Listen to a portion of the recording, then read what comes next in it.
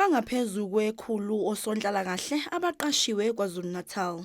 Izinyunyana zithi lesibalo sisephansi kakhulu njengoba isidingo sosonhlalakahle sibonakala sisikhulu emphakathini.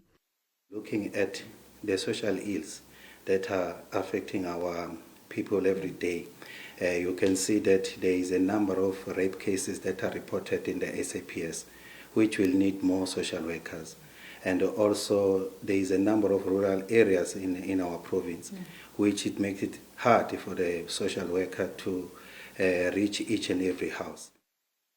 Osonhlalakahle bakulesi sifundazwe bakhala ngokuthi kuqashwe abanye abantu abasuka kwezinye izifundazwe bekhona.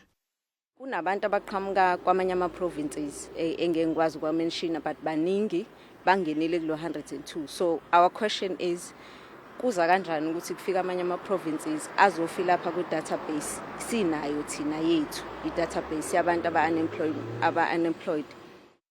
Bathi ithemba liyabaphelela.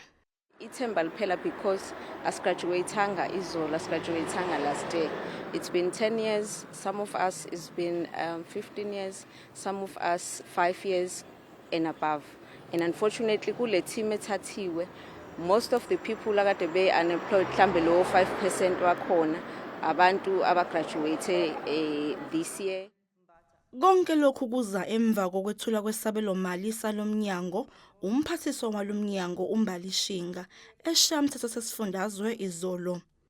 Umnyango wezenhlalakahle esifundazweni ubungakaphenduli ngalokhu.